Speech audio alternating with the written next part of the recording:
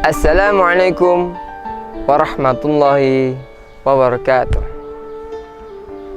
Alhamdulillahilladzi arsala rasulahu bil huda wa dinil haqq liyudhhirahu 'alad dini kulli wa kafa billahi syahida.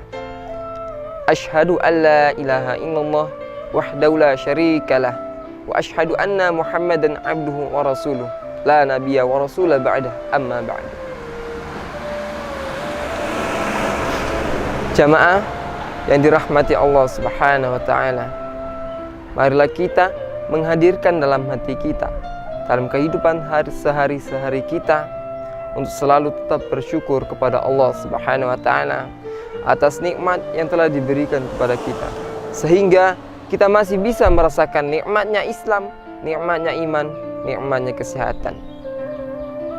Salawat serta salam semoga tetap tercurah limpahkan kepada junjungan kita, Nabi Allah, Nabi Muhammad sallallahu alaihi wasallam, yang mana beliau telah membawa Islam dari zaman kegelapan hingga zaman terang benderang. Dia telah membawa Islam dari zaman jahiliyah hingga zaman Islamiyah. Semoga kita diizinkan oleh Allah untuk mendapatkan syafaat beliau yaumul akhir nanti. Amin ya rabbal alamin.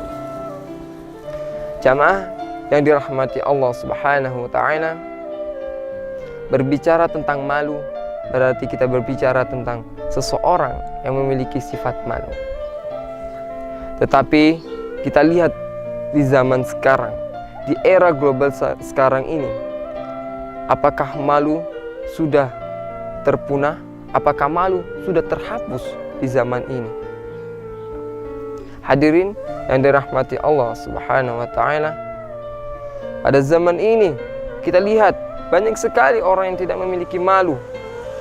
Mereka, para remaja, bahkan orang yang sudah tua, itu masih membuka auratnya, masih menebar-nebarkan aibnya, masih membuat maksiat bermajalela.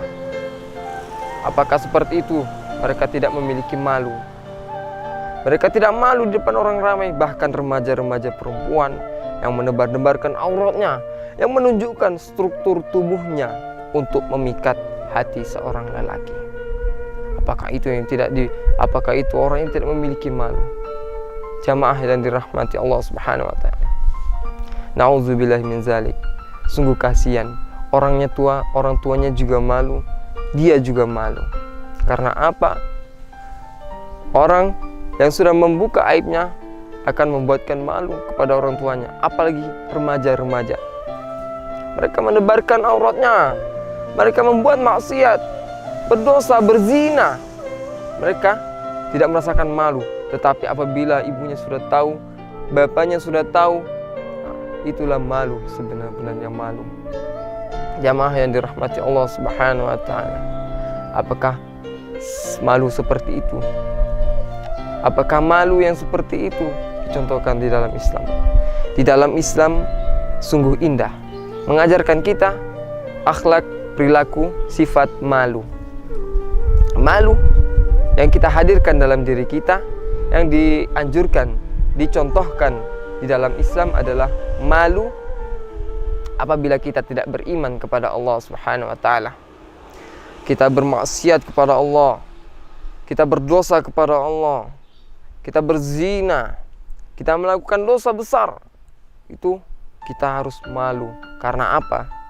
Jamaah, karena nanti di yaumul akhir kita akan diperlihatkan perbuatan-perbuatan kita, akan dibuka aib-aib kita di akhirat nanti, akan diperlihatkan oleh orang-orang banyak sekali. Apakah kita tidak malu di saat itu? Maka seperti itu kita meningkatkan keimanan, ketakwaan kita kepada Allah Subhanahu wa taala, membuatkan diri kita itu malu akan membuat dosa kepada Allah Subhanahu wa taala, sehingga menimbulkan akhlak yang baik dalam hidup kita. Yang kedua, malulah apabila kita tuh tidak memiliki akhlak yang baik. Kita lihat pada zaman sekarang ini, banyak sekali orang-orang yang sudah membuang jauh akhlak-akhlak yang baik, akhlak-akhlak yang dicontohkan oleh Rasulullah. Contohnya, apabila kita berbicara kepada orang lain, dengan tutur kata yang baik, dengan suara yang lemah lembut. Seperti itu yang dicontohkan oleh Rasulullah. Tapi sekarang kita lihat, saudara, sekarang kita lihat apakah ada seperti itu. Banyak sekali yang sudah membuang jauhkan peradaban seperti itu. Banyak sekali orang yang sudah membuang jauhkan akhlak seperti itu. Malulah kita apabila kita itu bicara di depan orang dengan berbicara yang buruk, yang kotor, sehingga menyakitkan hati orang lain. Malulah kita. Dengan adanya malu, menjadikan kita pribadi yang bermuhasabah diri, sehingga kita bisa memperbaiki diri kita. Kita mengetahui kesalahan-kesalahan kita, kita segera memperbaikinya. Yang ketiga, malulah kita apabila kita tidak berakhlak mulia.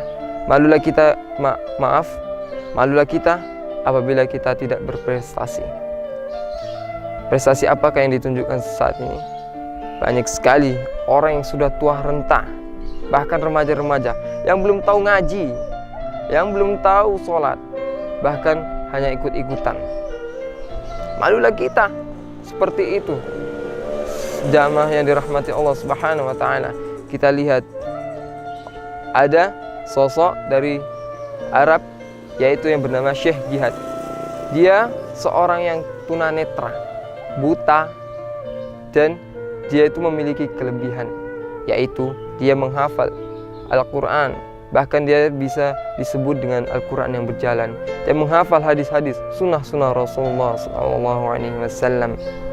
Dia seorang yang tunanetra, yang memiliki keterbatasan.